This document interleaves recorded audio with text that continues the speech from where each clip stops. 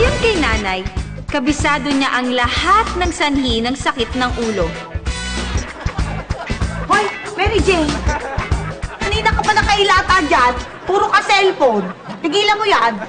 Nay, wala naman akong ibang gagawin. Aba, edi maglinis ka ng bahay kaysa puro cellphone ka dyan. Sakit ng ulo ko. Oh. Ayan na nga sinasabi ko. Puro ka kasi cellphone.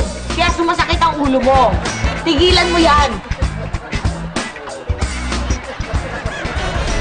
Alam din ni nanay ang mga sanhi ng sakit ng ngipin. Hoy, Mary Jane. Ano ba't kanina ka pa selfie ng selfie dyan?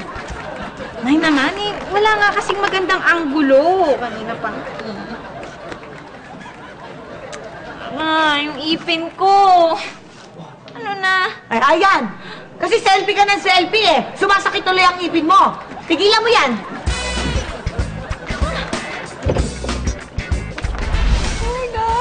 Alam din ni nanay ang mga sanhi ng pilay sa katawan. Ay! Hoy, Mary Jane! Walang oras ka nang nag-Netflix! Ano ba? Kanina ka pang nanonood dyan! Nay, paborito ko to. Ano ba? Ay, naku, hindi. Ako yun. Nay! Aray! Ay, may pilay ako. Ang sakit. Uwe, ikaw kasi! Cellphone ka na cellphone! Napipilayan ka tuloy! Alam talaga ni nanay ang dahilan ng lahat ng bagay. Hoy, Mary Jane! Hindi ba umiinit ang dahinga mo? Eh, kanina ka pa may kausap dyan sa cellphone. Nay! Shh, crush ko to. Si Robert.